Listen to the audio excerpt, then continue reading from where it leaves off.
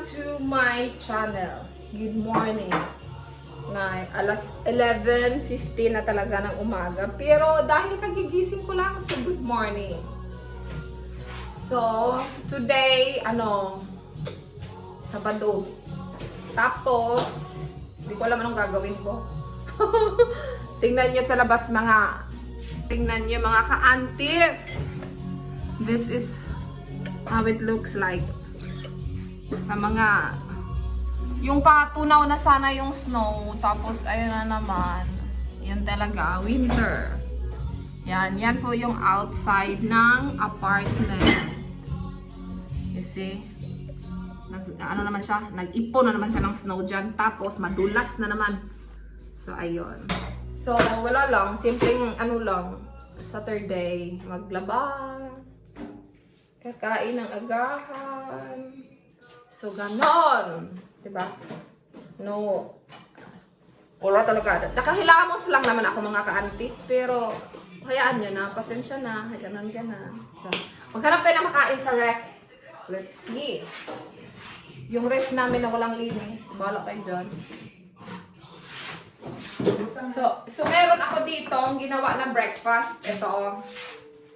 Ito ay isang chia pudding. Nakaganito na siya kasi minsan pumapasok ako sa trabaho, dinadala ko na din siya. So ready na, ganon.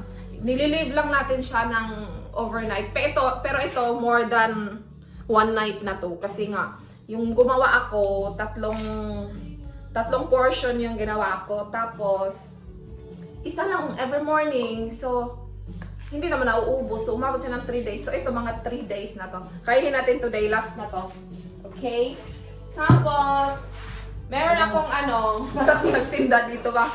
Meron akong fruit and vegetables juice. Yung galing sa juicer. Orange, apple, celery, mga ganon lang. So, inumin natin to today kasi yesterday pa to ginawa. Masyado akong busog kahapon. So, hindi ko na muna siya ininom. So, ngayon natin inumin sa breakfast. Tapos, ano pa ba? Kakain din tayo ng kunting prutas. So, guys, sa morning. Okay?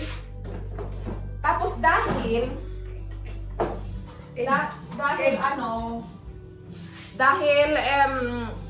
ito nga siya ay na-overnight na ng mga ilang nights. Medyo dry na siya mga ka-auntie. So, kasi sinusok good nito tawag nito? Chia seeds at saka mostly yung yun yung mga ka-aunties. Yung oats, yung mostly chia seeds, sinusok teka lang, ano ba sinasabi ko kasi? Sinusok chia seed at saka mostly yung liquid. Yung fill milk, yung tawag dito, yung coconut milk. So, fill milk pala. Hindi pala milk kasi sa Swedish yung excuse me naman, bakit ba? sorry. So, masyado siyang dry. So, ang ginagawa ko, dahil dry na siya, lalagyan natin ng gatas. Okay? Wait lang.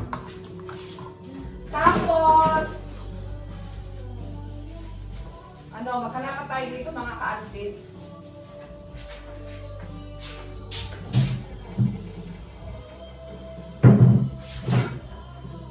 Kakain tayo ng egg today. Everyday talaga akong kumakain ng egg. Tapos, wala naman na yata. Ito yung sinasabi ko na fill milk. Kita nyo, milk talaga yung milk. Pero di ko alam ano man to sa English. Pero baka naintindihan nyo man to. So, yan. Hindi to sponsor ng Arla, ha? Yan. Tapos, yun lang mga ka-aunties. Wait lang, kakain tayo. Ayun na mga ka-aunties. So, simpleng breakfast lang para sa Sabado ng umaga. Gano'n.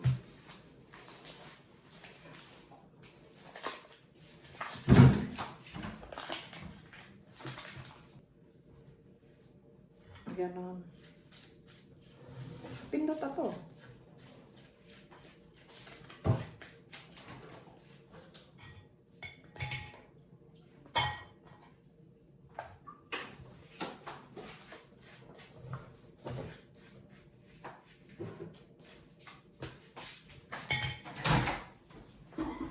Magkuha tayo ng kutsilyo. Ganon. Kutsilyo.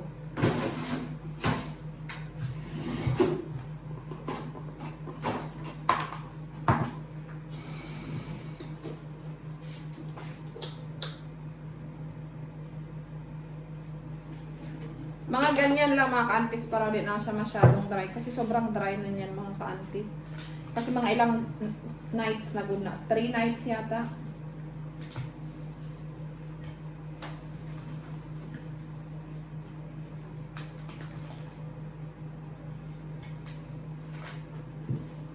Ganon mga ka-aunties.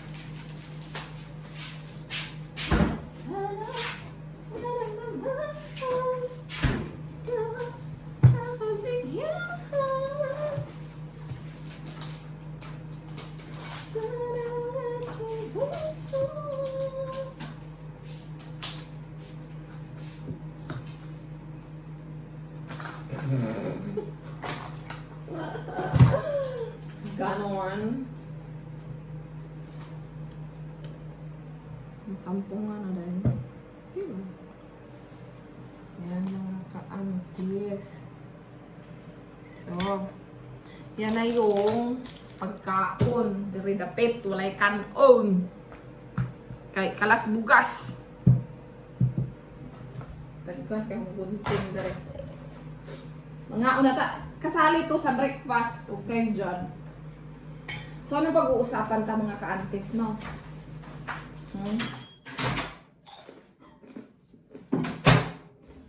Wala lang.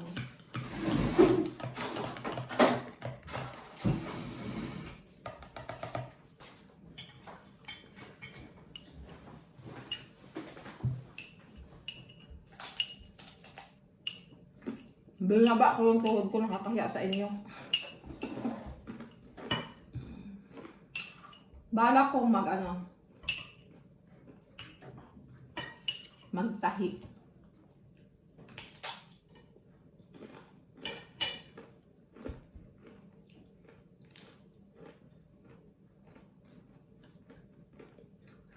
Kain tayo mga ka-aunties.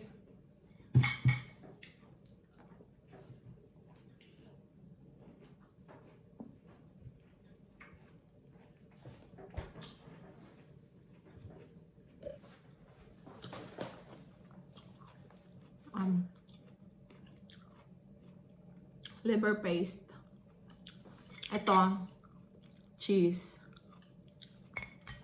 Diba?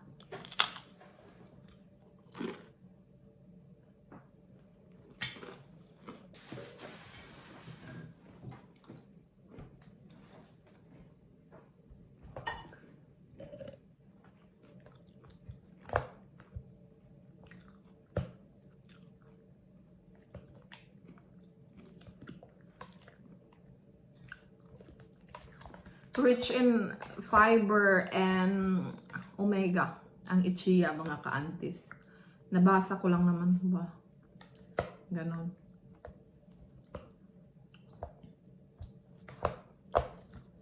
Ito na yung ano ko, breakfast at saka lunch. Kakain tayo ulit mga ka-aunties, ano na. Sa dinner. Tipid ba? Gigising ng late. Minsan lang naman, lagi kasing umaga. Last week, puro ako morning shift. Madugay man mo. Madali man magising. Pero ngayon, late ako nagising kasi Sabado. Hindi na siya tuyo.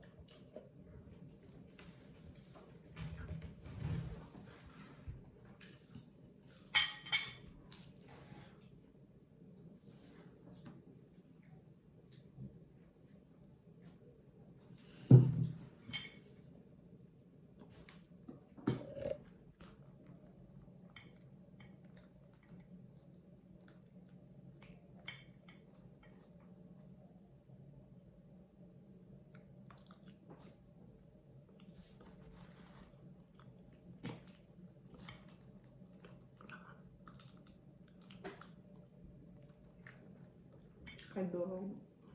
Nadala ang balat.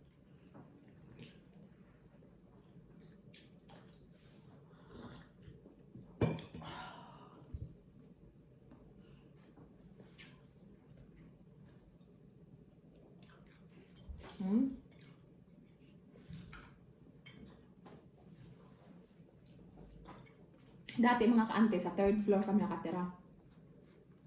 Dira mo makita yung sa baba ba? Sobrang hangin. Maramdaman mo talaga pag umiihip yung hangin sa taas, tas malamig.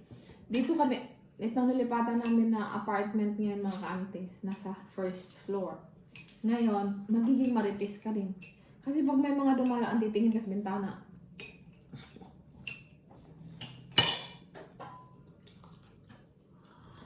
Ganon. Habang kumakain, tingin-tingin ka sa labas na marami mo ka makikita.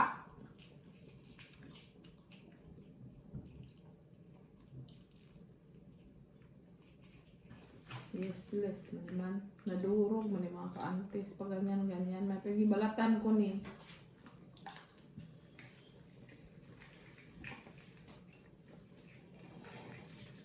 Walang klaro. Merise sa itlog.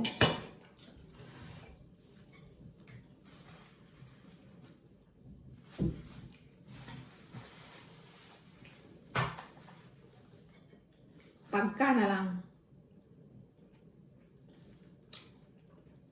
gumagana na ako makaantes kaya di ako makakita ng malayo.